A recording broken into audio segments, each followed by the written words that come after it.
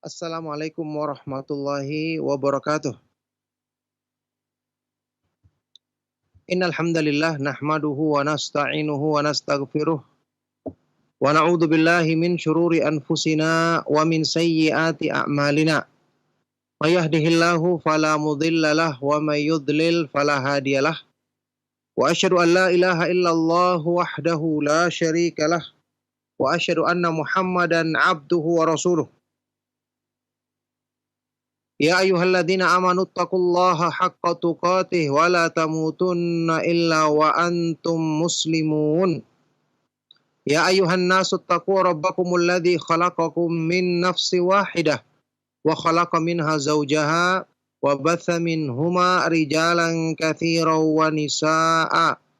Wattaqullaha alladzi tasaaluna bihi wal arham innallaha kana 'alaikum raqiba. Ya ayyuhalladzina amanu taqullaha wa qulu qawlan sadida yuslih lakum a'malakum wa yaghfir lakum dhunubakum wa may yuti'illaha wa rasulahu faqad faza fawzan 'azima. Amma ba'du fa inna asdaqal hadits kitabullah wa khairul huda huda Muhammadin sallallahu alaihi wa alihi wasallam wa syarrul umuri muhdatsatuha wa kullu muhdatsatin bid'ah wa kullu bid'atin dhalalah wa kullu dhalalatin finnar wa ba'du. Alhamdulillah, ma'asyiral muslimin, para pemerhati Roja TV, Radio Roja, dan juga Radio Roja Kendari dimanapun antum bisa menyimak siaran kami. Alhamdulillah, kita bersyukur kepada Allah Subhanahu wa Ta'ala atas semua limpahan nikmat dan karunia-Nya.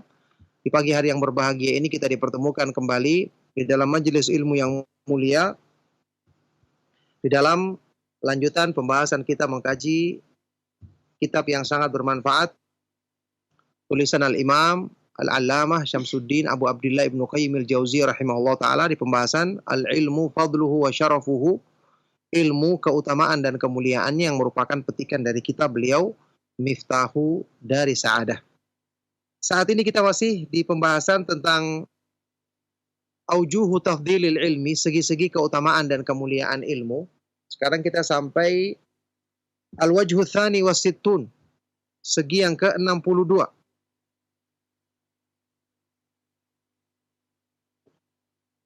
Al-hidayatu hiyal ilmu bil haqq.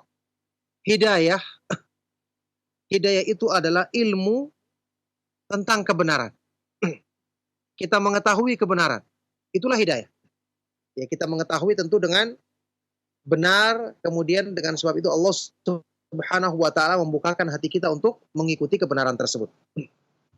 Jadi hidayah adalah ilmu atau mengetahui kebenaran.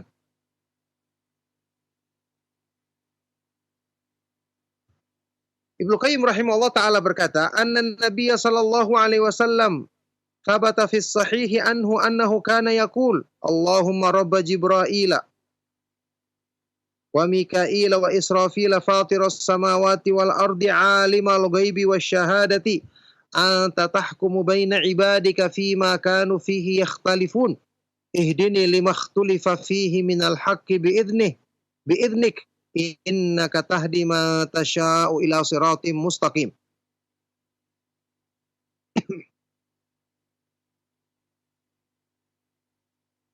Bahwa Nabi Shallallahu alaihi wasallam di dalam hadis yang sahih Muslim, ya, beliau berkata di dalam doa yang beliau baca di salat malam, Allahumma rabba Jibraila, ya Allah, Rabbnya malaikat Jibril, Mikail dan Israfil. Fatiras samawati wal ard, yang maha menciptakan langit-langit dan bumi, yang maha mengetahui perkara yang tersembunyi maupun yang tampak. Anta tahkumu, engkaulah yang maha menghukumi di antara hamba-hambamu dalam perselisihan mereka. Ihdini, berikanlah hidayah kepadaku dalam perselisihan mereka. Berikanlah hidayah kepadaku dalam kepada kebenaran. Berikanlah hidayah aku kepada kebenaran dengan izinmu. Sesungguhnya engkau memberikan hidayah kepada siapa yang kamu kehendaki ke jalan yang lurus. Nah, Wa fi ba'di sunan annahu kana yukabbiru takbiratal ihram fi salatil lail thumma yad'u bihadza du'a. Disebutkan di dalam kitab-kitab sunan, Sunan Abu Dawud, Sunan At-Tirmidzi, An-Nasa'i dengan sanad yang sahih, bahwa Nabi Shallallahu Alaihi Wasallam ketika salat malam setelah takbiratul ihram di salat malam, kemudian beliau berdoa dengan doa ini. Jadi sebagai doa iftitah dibaca ini. Ya, kita lihat Rasulullah Shallallahu Alaihi Wasallam memohon kepada Allah agar ditunjukkan ilmu kebenaran ketika manusia berselisih, berbeda pendapat. Atau ketika manusia ada perbedaan di kalangan mereka. Di awalnya Rasulullah SAW bertawasul dengan sifat rububiyah Allah yang menciptakan malaikat Jibril, Mikail, dan Israfil. 3 malaikat yang paling utama. Ya, malaikat Jibril alaihissalatu wassalam adalah pimpinan para malaikat, kita ketahui, yang tugasnya membawakan wahyu dari Allah Subhanahu wa taala kepada para nabi dan rasul. Malaikat Mikail yang bertugas menurunkan tetes-tetes hujan, menumbuhkan tumbuh-tumbuhan. Ya, yang ditugaskan oleh Allah Subhanahu wa taala menurunkan hujan, menumbuhkan tumbuh-tumbuhan, ini juga berhubungan dengan kehidupan manusia. Kemudian malaikat Israfil kita ketahui yang meniup sangkakala ketika datangnya hari kiamat, juga salah satu dari malaikat yang memikul arsy-Nya Allah Subhanahu wa taala. Salah satu dari malaikat yang memikul arsy-Nya Allah Subhanahu wa taala yang berjumlah 8 malaikat. Nah, ketika malaikat ini memiliki kedudukan yang tinggi, maka ketika Rasulullah Shallallahu Alaihi Wasallam menyebutkannya, menyebut ketiganya dengan rububiyah Allah Subhanahu Wa Taala menciptakan ketiganya, menunjukkan ini adalah tawasul yang sangat kuat, ya. Dan yang diminta di dalam doa di sini adalah meminta ilmu agar ditunjukkan oleh Allah Subhanahu Wa Taala memahami kebenaran ketika manusia banyak berselisih tentangnya. Ini menunjukkan keagungan dan ketinggian ilmu. Ya, Rasulullah SAW memintanya di waktu sholat malam yang merupakan saat-saat terkabulnya doa, dan menunjukkan kemuliaan ilmu bahwa inilah yang sungguh-sungguh diminta oleh Rasulullah SAW. Cukuplah ini sebagai keutamaan dan kemuliaan. Kata Ibnu Qayyim di sini, al-hidayatu hiyal ilmu bil haqqi ma'a qasdihi wa itharihi ala ghairihi. Hidayah itu adalah ilmu tentang kebenaran. Jadi hidayah kita harus memahami kebenaran. Apa dalilnya kebenaran? Kita harus pelajari kebenaran. Disertai dengan qasdihi, menginginkannya atau menghendakinya, dan mengutamakan kebenaran itu di atas yang lainnya. Jadi hidayah yang selalu kita minta kepada Allah Subhanahu wa taala itu adalah kita mengetahui dulu kebenaran. Kemudian kita mengetahui, kita pelajari, kita tahu Al-Quran, tahu tafsirnya, tahu hadis yang sahih, tahu maknanya. Kemudian setelah kita ketahui, karena kebenaran itu indah, hati kita pun menghendakinya, menginginkannya. Setelah itu, kita utamakan mengamalkan atau mengikuti kebenaran ini dibandingkan dengan hal-hal yang lain yang merupakan tarikan dari hawa nafsu kita. Itu namanya hidayah. Makanya dari proses hidayah ini antum tahu, orang yang tidak belajar ilmu agama tidak mungkin dia mengenal hidayah, kebenaran. Oleh karena itu orang yang Allah kehendaki kebaikan baginya, maka Allah jadikan dia mau belajar agama. Man yuridillahu bihi khairan yufaqihu fiddin. Barang siapa yang Allah kehendaki baginya kebaikan, maka Allah jadikan dia faham dalam urusan agamanya. Lihat ini definisi hidayah seperti itu. Kata Ibnu Qayyim, fal muhtadi huwal amilu bil haqqi al muridu lahu. Orang yang mendapatkan hidayah dialah orang yang al-amilu bil haqqi wal al-muridu lahu, orang yang mengamalkan kebenaran dan menghendakinya, menginginkannya. Oleh karena itu kita dapati kalau ada orang-orang yang dia itu jujur mencari kebenaran, sampai awalnya dia sesat pun, Allah mudahkan baginya hidayah. Karena dari hatinya sudah ada keinginan untuk mengikuti kebenaran. Entah dia dapatkan nasihat, atau dia dengarkan ceramah yang kemudian mengetuk hatinya, atau ada yang menegur dia dari kesalahan, akhirnya dia tahu kesalahannya, sehingga dia kemudian mengikuti pemahaman yang benar. Nah, wahiyya a'dhamu ni'matin lillahi ala abdihi, ala abdi. Yang ini, hidayah ini merupakan sebesar-besar nikmat yang Allah berikan kepada hambanya. Nikmat terbesar yang Allah turunkan kepada hambanya adalah nikmat hidayah. Yaitu mengenal kebenaran, kemudian mengamalkannya. Walihada amarana Allah subhanahu an nas'alahul hidayata. An nas'alahu hidayata siratil mustaqim kulla yaumin wa laylatin fi salawatinal khams. Oleh karena itu, karena hidayah ini adalah nikmat terbesar yang Allah berikan kepada hamba. Oleh karena itu Allah perintahkan kepada kita untuk memohon kepadanya hidayah menempuh jalan yang lurus setiap malam dan siang hari di salat 5 waktu kita. Di mana itu? Di surat Al-Fatihah. Yaitu apa? Ihdina siratal mustaqim. Minimal 5 kali kita, minimal 17 kali kita baca setiap rakaat dalam salat kita. Belum salat-salat sunnah atau bacaan-bacaan di luar salat. Ya, kita baca Al-Fatihah. Kalau bukan karena pentingnya, tidak mungkin kita disuruh meminta setiap saat, setiap pelaksanaan salat kita, setiap rakaat salat kita meminta hidayah ini. Fa innal abda muhtajun ila ma'rifatil haqqil ladzi yurdillaha fi kulli harakatin zahiratin wa batinah. Karena seorang hamba itu selalu butuh untuk mengenal kebenaran yang diridhoi oleh Allah Subhanahu wa taala dalam setiap kegiatannya, setiap aktivitasnya yang lahir maupun batin. Setiap aktivitasnya yang lahir maupun batin.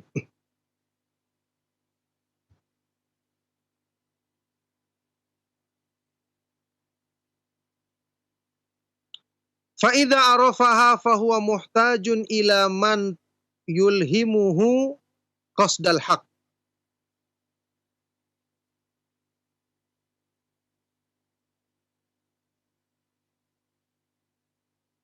Kalau dia sudah mengetahui kebenaran,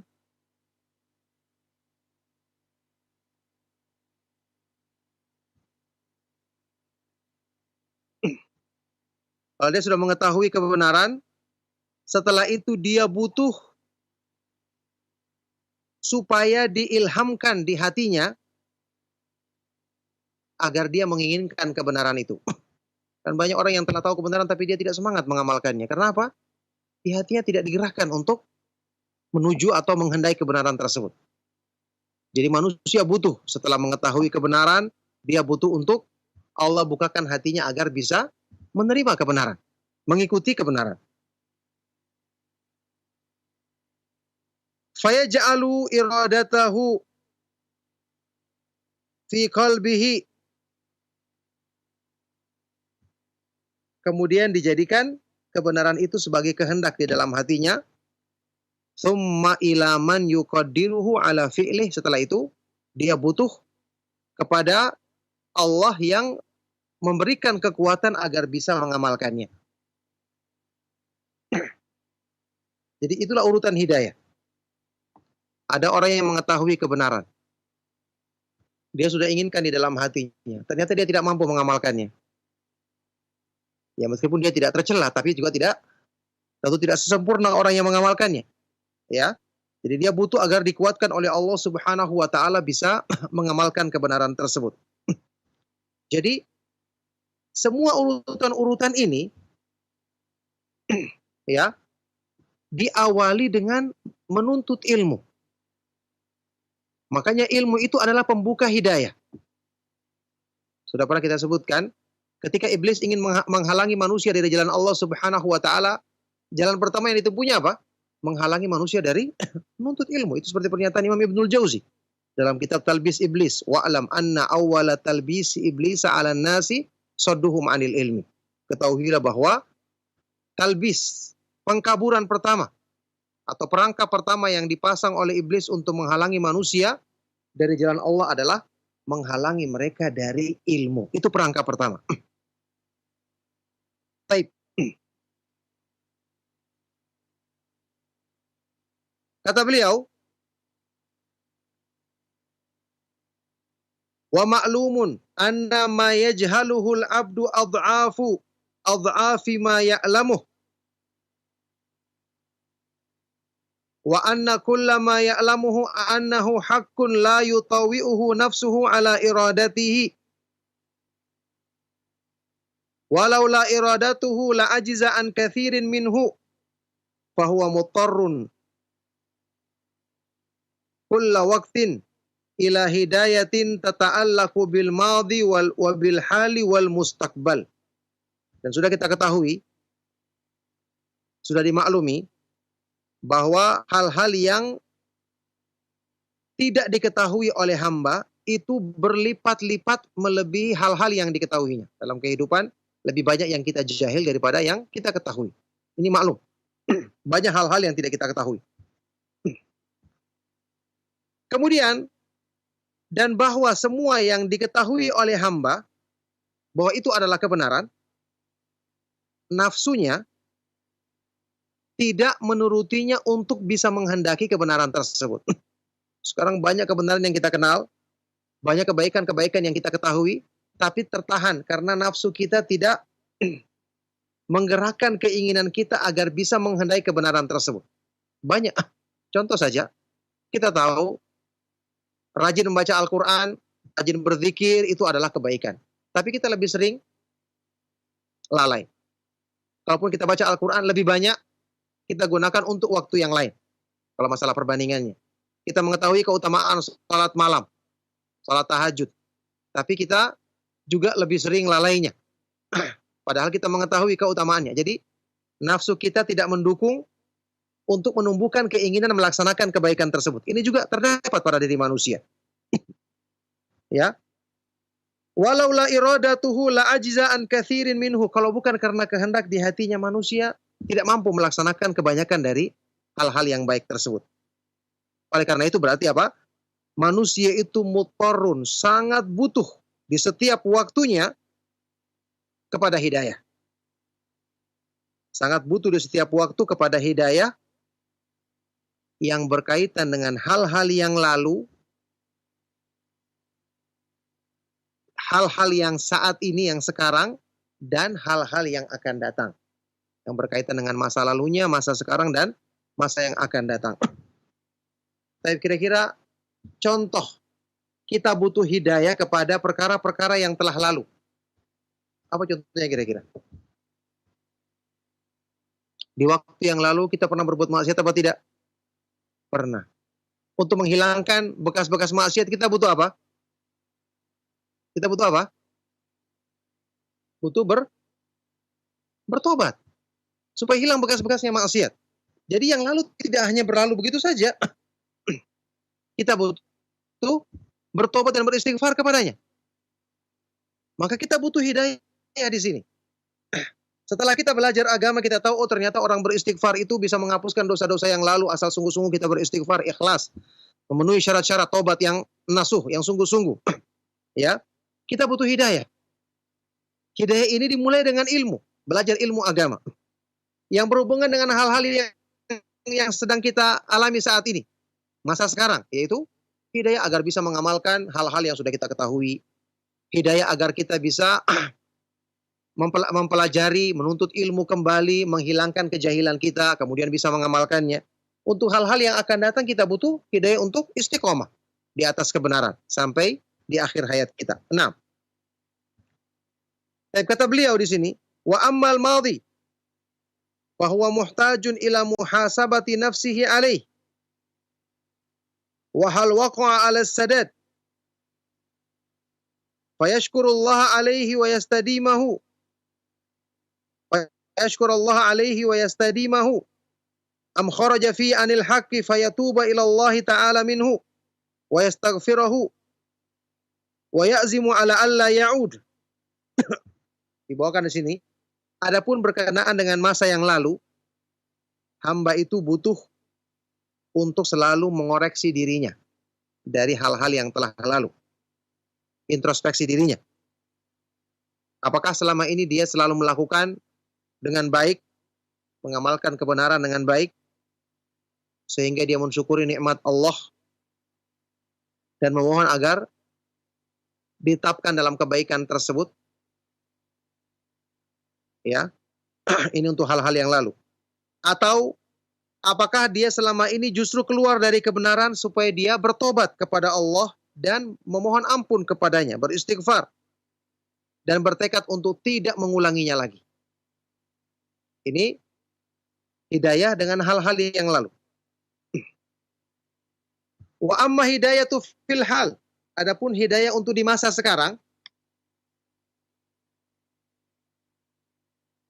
fahuwa matlubatun minhu, fahiya matlubatun minhu. Maka ini jelas dibutuhkan. Fa innahu ibnu waqtihi. Karena dia sedang berada di masa sekarang ini. Dia sedang menjalani masa ini. Kita sekarang sedang berada di waktu sekarang. Ya, al-hal, keadaan kita saat ini.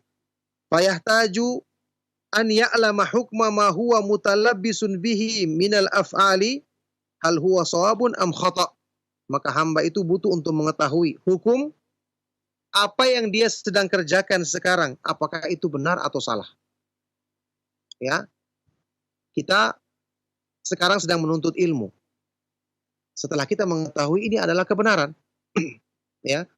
Dan kita sedang menjalani saat ini menuntut ilmu karena kita meyakini dan setelah kita pelajari bahwa ini adalah besar keutamaannya, besar manfaatnya dan kita butuhkan untuk kebaikan diri kita.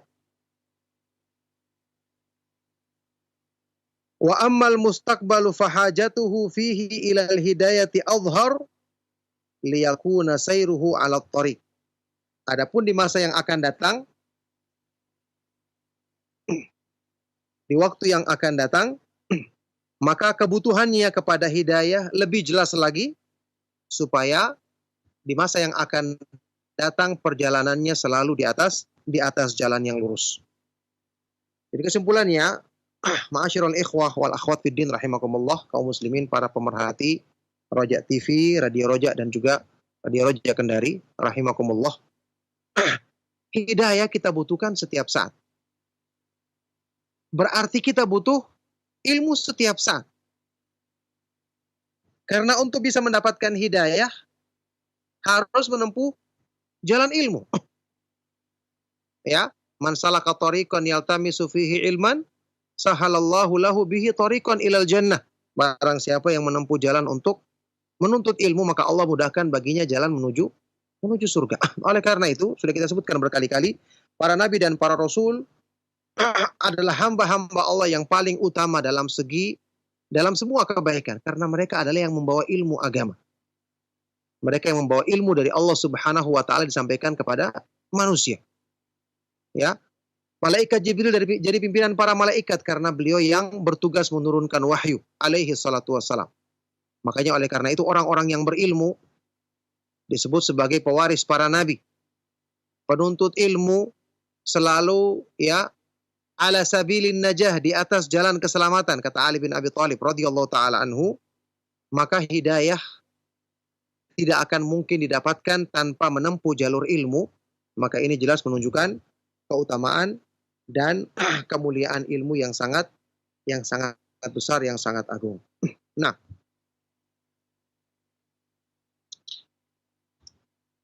baik.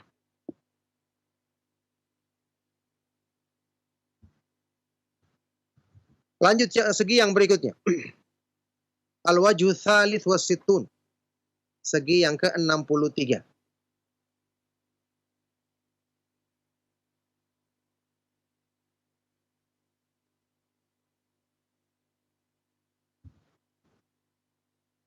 Ibnu Qayyim rahimahullah taala sini berjudul Al-ilmu hayatul qalbi war ruh. Ilmu itu adalah kehidupan hati dan ruh manusia.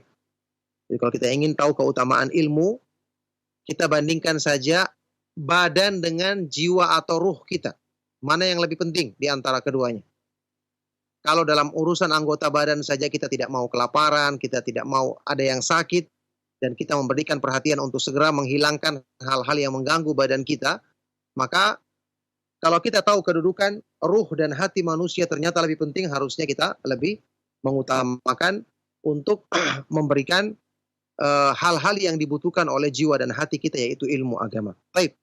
Kata Ibnu Qayyim di sini, anna fadilata syai'i wa syarafahu yadhharu taratan min umumi manfaatih. Ini beliau jelaskan dari sudut pandang agar kita tahu manfaat dan keutamaan sesuatu. Kata beliau, sesungguhnya keutamaan sesuatu ini secara umum berlaku untuk semua hal. Keutamaan dan kemuliaannya terlihat, ya. Kadang-kadang kita lihat dari sisi apa? Umum manfaatihi. Besarnya manfaatnya. Ada hal-hal dalam kehidupan kita yang kita rasa bermanfaat, kita akan kejar hal tersebut karena kita rasa kita butuhkan, bermanfaat untuk kita. Makanya manusia tidak akan mungkin melakukan sesuatu yang tidak bermanfaat bagi dirinya kalau dia tahu dengan akal sehatnya bahwa itu hal yang tidak bermanfaat. Ya, ada orang melakukan hal yang tidak bermanfaat banyak, tapi dalam pikirannya dia menyangka itu bermanfaat bagi dirinya. Itulah sebabnya kita belajar agama untuk bisa menilai apa yang bermanfaat dan tidak bermanfaat. Baik. Kadang-kadang juga wataratan min syiddatil hajati ilaihi wa adamil istighna'i anhu. Ya, kita mengetahui keutamaan dan kemuliaan besarnya kebutuhan kita terhadapnya serta adamul istighna. Tidak bisanya kita lepas darinya. Tidak bisa kita lepas darinya. Wataratan min dhuhurin naqsi wasyarri bifaqdihi. Terkadang juga disebabkan karena akan terlihat kekurangan dan keburukan kalau kita kehilangan sesuatu itu. Kalau kita kehilangan sesuatu itu. Berikutnya, wataratan min husulil ladzati wasururi wal bahjati biwujudihi. Kadang-kadang dengan akan terwujudnya, akan kita rasakan kelezatan, kegembiraan dan kesenangan dengan adanya sesuatu itu. Karena kita memang menyukainya. Fa idrakuhu yu'kibu ghayatal ladzah, yang dengan mendapatkannya kita akan merasakan puncak kelezatan. Wa taratan min kamali thamratil mutarattibati alaihi wa syarfi illatihi al-ghaiyati wa ifdaihi ila ajallil matalibi. Juga terkadang dengan sempurnanya buah yang akan dihasilkan dari sesuatu itu, tingginya tujuan serta besarnya, ya, al-matalib.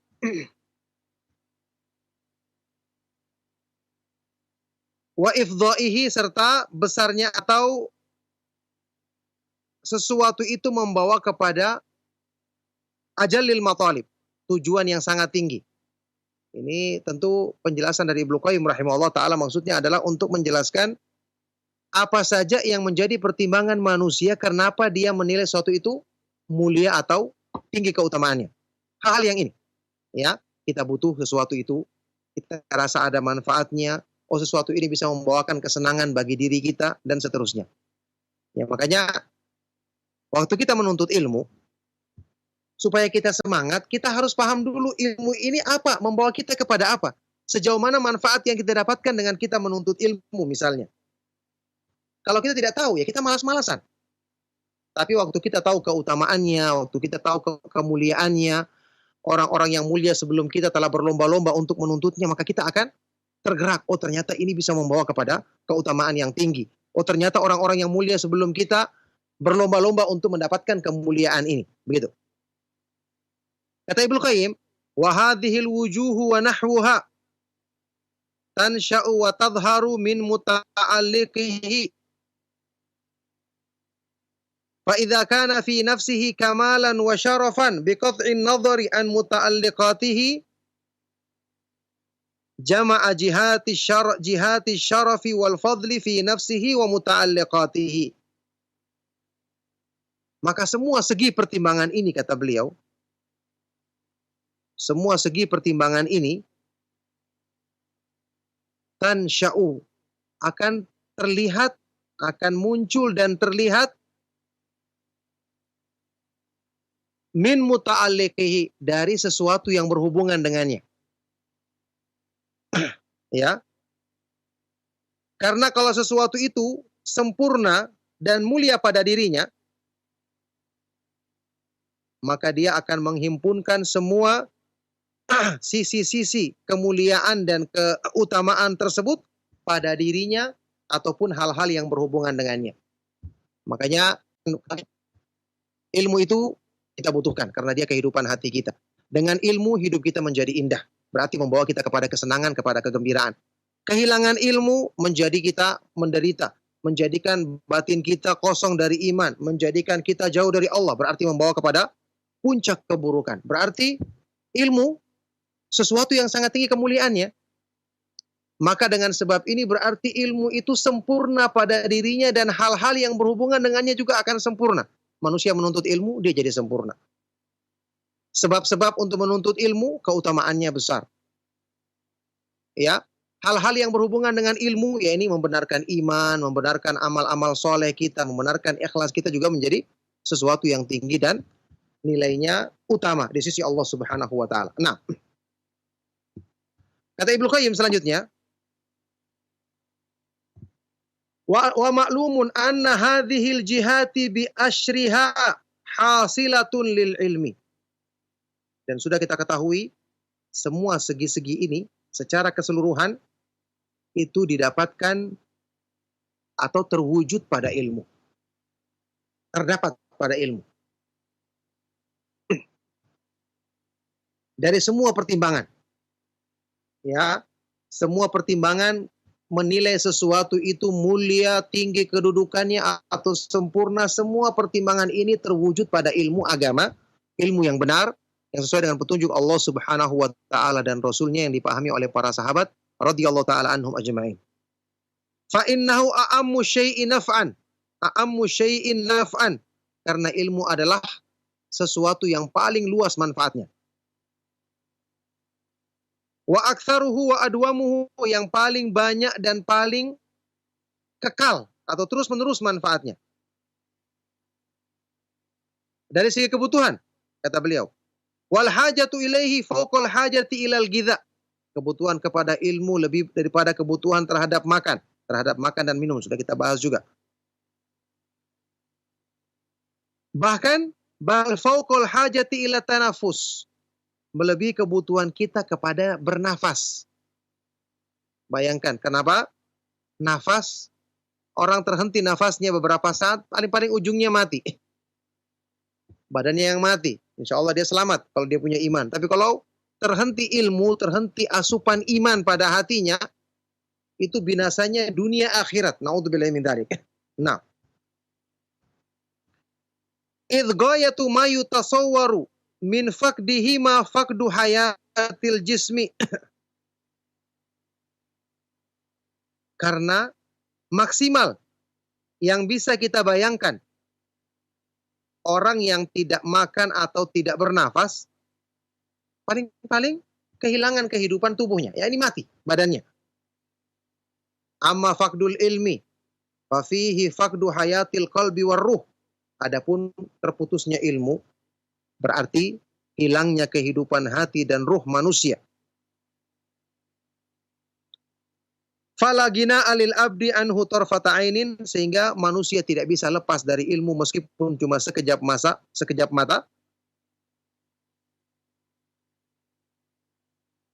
Walihada idza fukida minasy-syakhsi kana syarran minal hamir.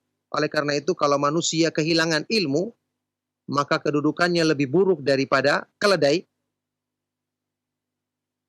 Bal kana syarran minad dawabi indallah, bahkan dia lebih buruk dari semua binatang di sisi Allah. Wala syai'a anqasu minhu hina idzin, dan tidak ada sesuatu pun yang lebih buruk darinya ketika itu. Itulah ilmu agama. Ya Allah Al-Quran, inna syarrad dawabi indallahi as-summu al-bukmu alladzina la ya'qilun. Ya, sesungguhnya buruk-buruk binatang melata di sisi Allah, ini seburuk-buruk manusia adalah orang-orang yang tuli, yakni tidak bisa mendengarkan ilmu. Al-bukmu, orang-orang yang bisu, tidak bisa mengucapkan ilmu dan tidak bisa memahami ilmu. Itu keadaan seburuk-buruk manusia disebutkan di dalam Al-Quran. Jadi beginilah keadaannya orang-orang yang tidak mengisi hidupnya dengan ilmu, keadaannya lebih buruk dari semua makhluk. Na'udzubillah min dzalik. Wa amma husulul ladzati wal bahjati biwujudihi fali'annahu kamalun fi nafsihi wa huwa mulaimatun wa huwa mulaimun ghayatal mula'amati lin nufus. Adapun ya, ilmu itu bisa mendatangkan kelezatan dan kegembiraan. Karena apa? Karena ilmu itu adalah kesempurnaan pada dirinya. Ilmu itu sempurna. Kenapa sempurna? Yang menurunkannya siapa? Allah Subhanahu wa ta'ala yang maha sempurna sifat-sifatnya. Ini ilmu turun dengan ilmu dari Allah Subhanahu wa ta'ala yang maha sempurna. Makanya diturunkan kepada hambanya yang sempurna, yaitu Nabi Muhammad SAW. Dibawa oleh malaikatnya yang paling tinggi kedudukannya, yaitu malaikat Jibril alaihi salatu wassalam. Oleh karena itu yang mempelajarinya hanyalah hamba-hamba yang punya kedudukan yang tinggi. Nah, jadi ilmu itu sempurna pada dirinya dan sesuai dengan jiwa manusia dengan sebenar-benarnya kesesuaian. Kita bisa bayangkan saja, ilmu yang menurunkannya adalah Allah Subhanahu wa ta'ala. Jiwa kita yang menciptakannya Allah Subhanahu wa ta'ala. Pasti yang menciptakan lebih tahu tentang cara untuk memperbaiki ciptaannya. Ya, oleh karena itu ketika manusia menyangka dia cocoknya dengan urusan dunia, maka ini adalah persangkaan yang keliru dan tidak akan mungkin bisa tenang jiwanya kalau dia hanya memperhatikan urusan dunianya dan lalai dari mempelajari ilmu agama untuk menjadi sebab ketenangan jiwanya. Karena Allah tidak menjadikan urusan dunia yang cocok untuk menenangkan jiwa manusia. Makanya kata beliau, fa innal jahla maradun wa naqsun, kebodohan itu adalah penyakit dan kekurangan. Tidak ada seorang pun yang mau disebut jahil. Sampai pun orang jahil. Ya, makanya zaman keburukan sebelum diutus Rasulullah SAW disebut dengan zaman apa? Jahiliyah. Nisbah kepada kejahilan dan keburukan. Wa huwa fi ghayatil idza'i wal ilami lin nafs wal ilami lin nafs. Kebodohan itu sebenarnya memberikan sakit. Orang yang tidak tahu agama, dia itu sakit hatinya. Jiwanya itu tersakiti dengan sangat. Ya, itu hakikatnya. Tapi kenapa orang kebanyakan tidak menyadari? Karena tipu daya syaitan.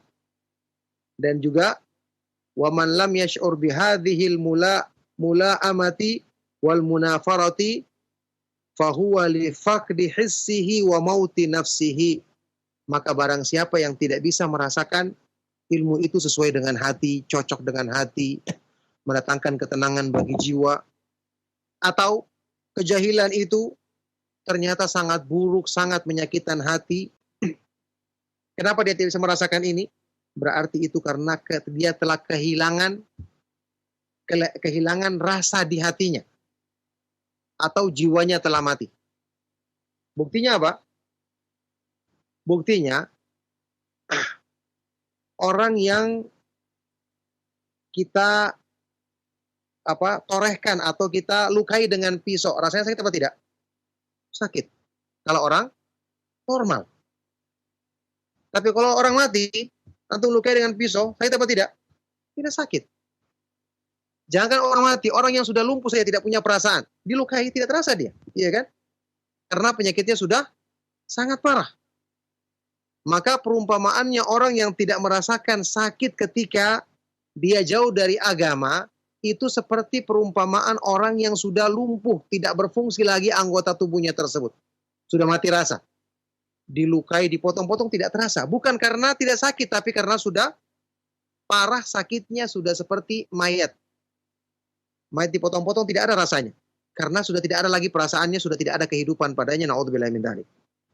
Ibnu Qayyim membawakan ucapan seorang penyair yang mengatakan, wa ma li jurhin bimayyitin ilamu. Tidaklah luka itu memberikan rasa sakit kepada tubuh yang telah mati. Ya, kepada mayat. Nah, ini keadaan orang yang tidak menyadari keutamaan dan kemuliaan ilmu. Fahusuluhu linnafsi wa idrakun minha li ghayati mahbubihi wa ittisalun bihi. Wa dzalika ghayatul ladzatiha wa farhatiha. Wa hadza bihasabil ulumi fi nafsihi.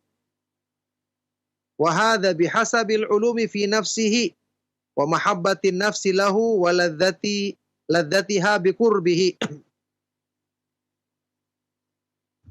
Maka jiwa manusia yang bisa merasakan hal ini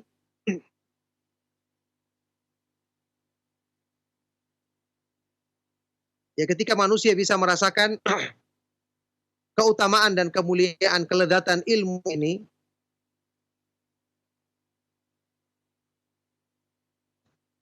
maka berarti dia akan bisa mencapai puncak dari kebahagiaannya. Yang itu merupakan puncak dari kelezatan dan kenikmatan yang dirasakannya.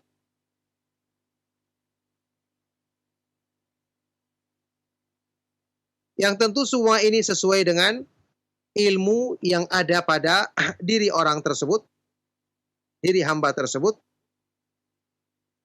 dan bagaimana jiwanya bisa mencintai dan merasakan kenikmatan ketika dekat dengan hal itu. Yakni karena tingkatan ilmu manusia berbeda-beda, maka tentu semua orang tidak merasakan kenikmatan yang sama. Semakin bersih hatinya, semakin sehat jiwanya, maka keutamaan dan kemuliaan ilmu pun, yakni rasa lezat ketika dia mempelajari dan mengamalkan ilmu pun semakin besar dibandingkan orang yang tidak seperti itu keadaannya. Kan sudah pernah kita ukilkan pernyataan sebagian dari ulama terdahulu yang menggambarkan tentang nikmatnya ilmu, sampai-sampai kenikmatan yang dirasakan oleh para raja dengan kekuasaan dan kemewahan yang mereka miliki tidak ada bandingannya. Para ulama ini tidak kelihatan, tapi mereka rasakan di dalam hatinya yang itu puncak dari semua kenikmatan yang melebihi kenikmatan dunia lainnya. Ya, sebagian dari ulama salaf ada yang mengatakan, "Lau alimal muluku wa abnaul muluki ma nahnu fihi lajaladuna alaihi bisuyufihim."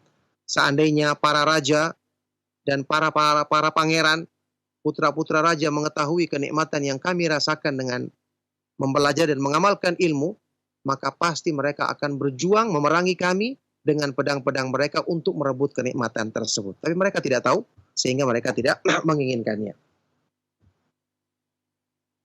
Wal ulumu wal ma'lumatu mutafawitatun fi dzalika a'dhamat tafawuti wa abyanahu. Maka ilmu sendiri, ilmu pengetahuan, wal ma'lumatu dan hal-hal yang dipelajari dalam pengetahuan tentu berbeda-beda tingkatannya dengan perbedaan yang sangat besar. Dicontohkan di sini. Walaysa ilmun nufusi bifatiriha wa bari'iha wa bariha wa mubdi'iha wa mahabbatuhu wa taqarrubu ilaihi ka ilmiha bit tabi'ati wa ahwaliha wa awaridha wa sihhatiha wa fasadiha wa harakatiha. Maka misalnya ilmu tentang pengetahuan seseorang tentang penciptanya, tentang Allah Subhanahu wa taala.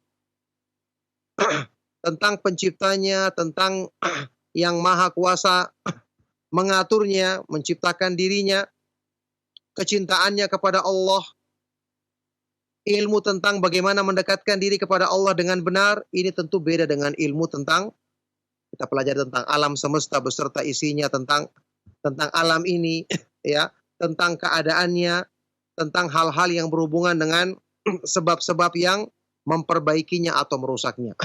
Beda. Ilmu tentang Allah Subhanahu wa taala adalah ilmu yang paling tinggi, ilmu yang paling dibutuhkan jiwa manusia, maka mempelajarinya, membenarkan pemahaman tentangnya ini merupakan puncak dari kebahagiaan bagi hamba yang telah membenarkan dirinya dalam menuntut ilmu yang agung ini. Tentu beda dengan pembahasan tentang hal-hal yang berhubungan dengan perkara-perkara yang di luar di luar pengetahuan agama. Nah, barakallahu fikum. Sampai di segi yang ke-36. Cukup sampai di sini insyaallah kajian kita di kesempatan pagi hari ini. Ini penjelasan yang berhubungan dengan segi keutamaan ilmu dari keterangan Ibnu Qayyim rahimahullah taala ditinjau dari sisi kebutuhan kita terhadap perkara-perkara yang berhubungan dengan urusan dunia kita. Ternyata segala sesuatu yang merupakan segi keutamaan dan kemuliaan itu ada pada ilmu agama yang diturunkan oleh Allah Subhanahu wa taala kepada Nabi kita yang mulia Nabi Muhammad sallallahu alaihi wasallam. Demikianlah kajian kita di kesempatan pagi hari ini, semoga bermanfaat dan menjadi sebab kebaikan bagi kita semua. Kita beri waktu bagi antum yang ingin bertanya di sisa waktu yang masih ada. Sallallahu wasallam barak ala nabiyina Muhammad wa ala alihi wa sahbihi wa man tabi'ahum bi ihsan ila yaumiddin walhamdulillahi rabbil alamin. Tafadhal. Nah, Ustaz. Jazakallah khairan Ustaz, barakallahu fiik atas materi yang telah disampaikan Ustaz di kesempatan pagi hari ini. Dan ikhwatal Islam azani Allah wa iyyakum. Untuk berikutnya kembali kita akan angkat sesi interaktif soal jawab, dan untuk yang pertama silakan. Halo, assalamualaikum. Waalaikumsalam warahmatullahi wabarakatuh. Dengan siapa Bapak dan berada di mana? Dengan Kadaan dari Cianjur. Ya, silakan Pak Kadaan. Assalamualaikum Ustaz. Waalaikumsalam. Maaf ini di luar tema Ustaz. Saya ingin bertanya bagaimana hukum membaca basmalah ketika membaca Al-Fatihah dan surat di dalam sholat Ustaz? Apakah sunnah ataupun tidak? Dan kalau misalkan sunnah, apakah disirkan atau dijaharkan? Dan apakah ada ikhtilaf dalam hal ini Ustaz, supaya saya tidak salah sikap Ustaz? Mohon penjelasannya. Syukron barakallahu fiik. Assalamualaikum warahmatullahi wabarakatuh. Waalaikumsalam warahmatullahi wabarakatuh. Afwan wa fiik barakallah. Dan kepada Ustaz kami persilakan. Silakan Ustaz. Assalamualaikum. Pertanyaan bermanfaat sekali dari beliau.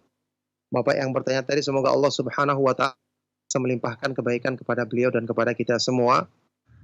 Mengenai hukum membaca basmalah, disebutkan di dalam hadis yang diriwayatkan oleh Imam Muslim dari sahabat yang mulia Anas bin Malik radhiyallahu taala anhu. Beliau mengatakan, "Shallaitu khalfa Rasulillah sallallahu alaihi wasallam wa Abi Bakrin wa Umar radhiyallahu taala anhuma, fa kanu yaftatihuna al-qira'ata bi alhamdulillahi rabbil alamin." Aku pernah salat di belakang Rasulullah sallallahu alaihi wasallam, di belakang Abu Bakar As-Siddiq dan Umar Ibn Al-Khattab radhiyallahu taala anhuma, yang mereka semua membuka bacaannya ketika salat dengan alhamdulillahirabbil alamin. Ini ucapan siapa? Sahabat Anas bin Malik radhiyallahu taala anhu yang menyaksikan salat Rasulullah sallallahu alaihi wasallam, kemudian dua sahabatnya yang mulia. Tentu ini adalah panutan kita dalam kebaikan, ya. Salatnya Rasulullah sallallahu alaihi wasallam, apalagi salatnya Abu Bakar, kemudian setelah itu salatnya Abu Bakar As-Siddiq dan Umar Ibn Al-Khattab radhiyallahu taala anhuma. Baik. Dari sini jelas Rasulullah sallallahu alaihi wasallam ketika salat menjadi imam, beliau menjaharkan suara dengan langsung membaca alhamdulillahirabbil alamin. Ya. Dan waktu membaca surat Al-Fatihah. Sekarang pertanyaannya, bagaimana dengan hukumnya membaca basmalah? Ya. Basmalah sendiri atau bismillahirrahmanirrahim disebutkan oleh para ulama bahwa dia adalah termasuk ayat di dalam Al-Quran, tapi bukan termasuk surat, kecuali yang disebutkan di surat An-Naml, ya, innahu bismillahirrahmanirrahim, waktu suratnya Nabi Sulaiman alaihissalatu wassalam kepada Bilqis. Itu karena dalam Al-Quran dia. Adapun basmalah yang di setiap awal surat, kecuali di surat At-Taubah, tidak ada basmalah di awalnya, itu adalah termasuk ayat Al-Quran, tapi bukan termasuk surat. Dia ayat tersendiri. Ayat tersendiri. Hukum dalam masalah membaca basmalah ini diperselisihkan oleh para ulama. Ya, pendapat yang terkuat insya Allah, tetap kita wajib membacanya di awal setiap surat. Adapun kalau kita baca ayat di tengah-tengah tidak wajib kita baca. Kita cukup baca ta'awudz saja. A'udzubillahi minasyaitonirrajim. Langsung di tengah-tengah surat tidak kita baca bismillah lagi. Karena yang ada bismillah itu hanya di awal setiap surat yang disebutkan di Al-Qur'an, di surat-surat Al-Qur'an. Jadi waktu kita membaca dalam salat misalnya, maka kita membaca bismillah ya, disyariatkan, bahkan ulama mengatakan diwajibkan karena dia adalah awal setiap ayat tersendiri di awal setiap surat. Tapi tidak dijaharkan suaranya sesuai dengan petunjuk Nabi SAW, petunjuknya Abu Bakar As-Siddiq dan Umar Ibn Khattab radhiyallahu taala anhuma. Jadi kita baca tapi suaranya tidak dijaharkan, tapi disirkan waktu kita melaksanakan salat berjamaah yang isya, maghrib, salat subuh, salat maghrib dan salat isya. Nah, barakallahu fikum. Nah, Ustaz, wafik barakallah Ustaz, jazakallah khairan atas jawaban yang telah Anda sampaikan Ustaz. Demikian jawaban untuk Pak Keadaan di Cianjur, mudah-mudahan dapat difahami dengan baik dan benar. Untuk pertanyaan berikut Ustaz dari pendengar kita di Jakarta dengan Ummu Hanif melalui pesan singkat, beliau bertanya Ustaz, jika seorang suami yang berpendapat belajar ilmu dunia lebih utama agar lebih unggul dari orang-orang kafir, karena ilmu agama dapat didapatkan jika Allah memberikan kemudahan kepadanya, bagaimanakah memberikan penjelasan atau alasan yang tepat kalau belajar ilmu dunia juga diimbangi dengan belajar ilmu agama Ustaz? Silakan Ustaz. Iya, barakallahu fikum. Kalau ada suami yang berpendapat seperti ini atau siapa saja, kita mau bilang apa? Karena itu pendapat dari pikirannya, tidak ada dasarnya, tidak ada dukungannya. Terus ketika dia mengatakan belajar ilmu dunia lebih penting, ya. Sekarang kita katakan untuk kemajuan, ya, katanya untuk kita lebih maju daripada orang-orang kafir, ya. Kemajuan apa yang diharapkan? Dulu Rasulullah SAW dan para sahabat, mereka yang punya kemajuan bisa menundukkan banyak negeri-negeri kafir, itu bukan dengan ilmu dunia mereka dapatkan, tapi dengan ilmu agama, dengan pertolongan dari Allah Subhanahu wa taala. Ilmu dunia itu akan dituntun, akan dibimbing kita untuk bisa mempelajarinya dengan benar dan menghindari keburukannya kalau kita punya dasar agama terlebih dahulu. Orang yang berpendapat seperti ini juga, orang yang berpendapat seperti ini dulu, apakah dia punya pemahaman agama atau tidak? Ya, orang yang mengatakan lebih utama kita mempelajari ilmu akhirat dulu, ilmu dunia dulu dibandingkan ilmu agama.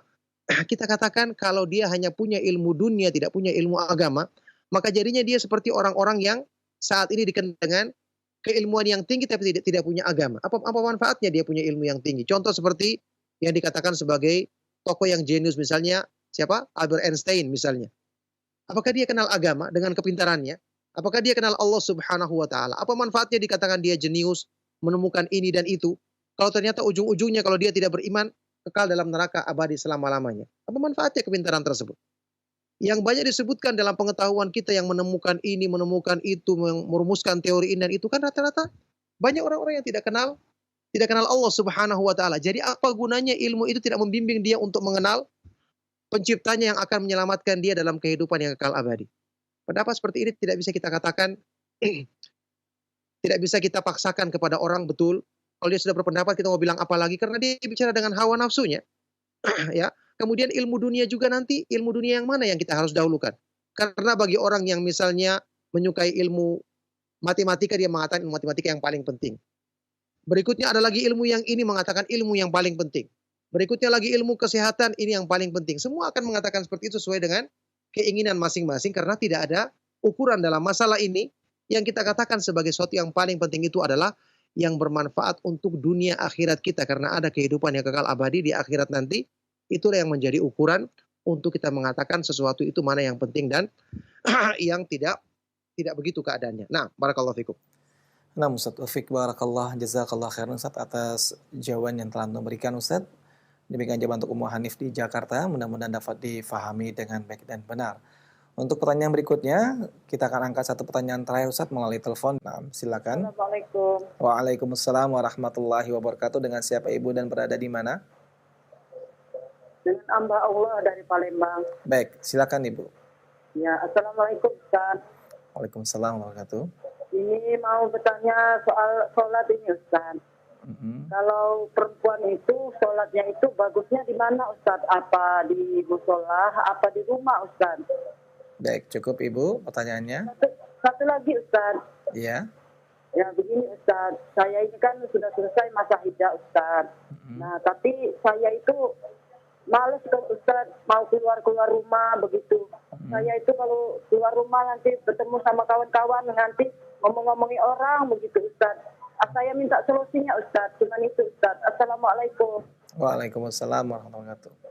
Baik, kepada Ustaz kami bisa untuk menjawab. Silakan Ustaz. Kalau pertanyaan bermanfaat sekali dari Ibu tadi, semoga Allah Subhanahu wa taala senantiasa menjaga beliau dalam kebaikan juga untuk kita semua. Pertama masalah perempuan tadi, itu jelas ada penegasan dari Rasulullah Shallallahu alaihi wasallam sewaktu beliau menyebutkan di dalam hadis yang sahih, la tamna'u ima Allahi masajidallah wa buyutuhunna khairun lahunna. Janganlah kalian melarang kaum-kaum perempuan yang ingin salat di masjid, tentu selama tidak mendatangkan fitnah, tapi rumah-rumah mereka lebih baik dibandingkan masjid. Rumah-rumah mereka lebih baik bagi mereka. Yakni salat di rumah bagi perempuan itu berdasarkan hadis yang sahih lebih baik bagi kaum perempuan bahkan ketika mereka berada di tempat-tempat yang dilipat gandakan salat. Contoh seperti di Mekah atau Madinah. Kenapa? Nabi SAW waktu bersabda ini adalah di Madinah. Kata para ulama berarti salatnya perempuan ketika dia misalnya datang ke Madinah, dia salat di rumahnya atau di tempat tinggalnya. Misalnya orang umroh, misalnya dia sholat di hotel, sholat yang wajib, itu tetap lebih utama dibandingkan sholat di Masjid Nabawi yang dilipat gandakan 1000 kali dibandingkan sholat di tempat yang lain selain Masjidil Haram. Karena Masjidil Haram kita ketahui dilipat gandakan menjadi 100.000 kali. Jadi ini menunjukkan keutamaan perempuan ketika dia di rumahnya lebih utama dia laksanakan sholat di situ untuk sholat yang wajib. Ya. Adapun kalau misalnya dia ada keperluan datang ke masjid, ketika misalnya dia mengikuti pengajian, dia laksanakan sholat tahiyatul masjid atau sholat sunnah yang lainnya tidak mengapa, tapi yang paling utama adalah sholat yang dilaksanakan di rumahnya meskipun dia tidak dilarang untuk melaksanakan sholat di masjid selama tidak ada fitnah atau hal-hal yang bisa berpotensi menjadikan pelanggaran agama. Nah, baik, itu yang pertama. Yang kedua, pertanyaannya tadi apa yang harus dilakukan ketika dia keluar rumah, dia nanti takut membicarakan orang, ya sudah. Hindari pergaulan dengan orang-orang yang mengajak kita kepada hal-hal tersebut. Karena tidak semua orang mengajak kita kepada hal-hal yang menggunjing orang atau membicarakan orang lain. Kan bisa dia cari teman-teman yang baik, yang bisa saling menasihati dalam kebaikan. Bagaimanapun dia butuh kepada orang lain yang akan menasihati dia. Carilah perempuan-perempuan yang beriman, yang soleha, yang mereka bisa menasihati kita dalam kebaikan, atau kita datangi majelis ilmu agama yang mengajarkan Al-Quran dan Sunnah dengan pemahaman salaf, pemahaman para sahabat radhiyallahu ta'ala anhum ajma'in. Kita datangi dan kita berusaha mengambil manfaat, bergaul dengan orang-orang yang baik, dan kalau terjadi pembicaraan-pembicaraan seperti ini, kita hindari, kita nasihati diri kita dan mereka agar menjauh dari majelis-majelis atau pembicaraan-pembicaraan seperti itu karena tidak mendatangkan kebaikan, malah mendatangkan dosa. Na'udzubillah min dzalik. Barakallahu fikum, ini pertanyaan yang terakhir. Mudah-mudahan apa yang kita sampaikan dan juga jawaban-jawaban pertanyaan bermanfaat untuk kebaikan dunia akhirat kita. Mohon maaf atas segala yang salah dan kurang. Kami cukupkan. Sallallahu wasallam wa barak ala nabiyina Muhammad wa ala alihi wa sahbihi wa man tabi'ahum bi ihsan ila yaumiddin walhamdulillahi rabbil alamin. Subhanakallahumma wa bihamdika asyhadu an la ilaha illa anta astaghfiruka wa atubu ilaik. Wassalamualaikum warahmatullahi wabarakatuh.